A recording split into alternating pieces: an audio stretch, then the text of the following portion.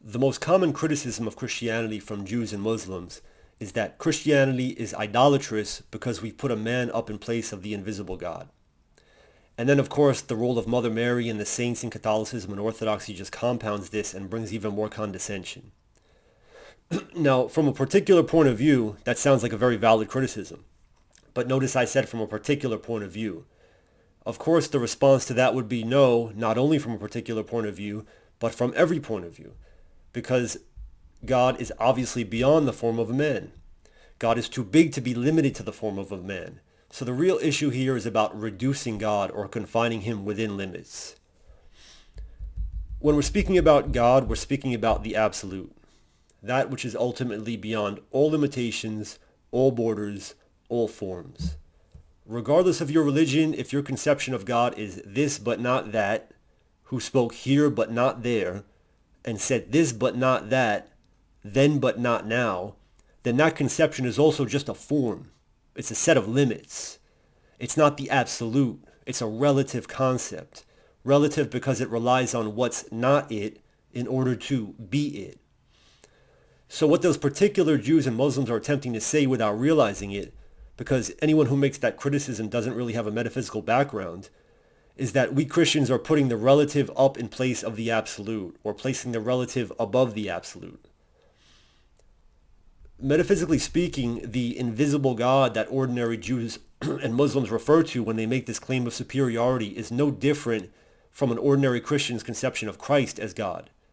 Because again, in both cases, we're talking about something that's this but not that, here but not there. Something relative. No relative concept can claim absolute superiority over another relative concept, except under one condition. Does that relative concept effectively bring people to realization of the absolute, of the infinite, of the eternal, of that which transcends all limits?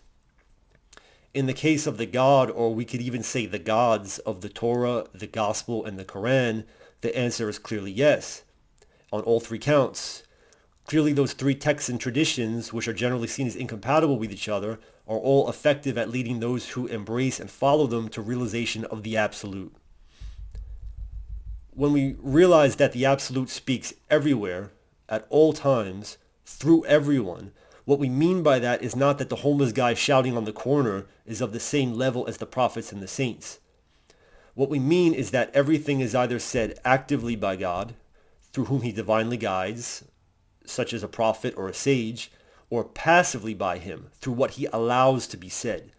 At the end of the day, what's done and what's allowed to be done are the same.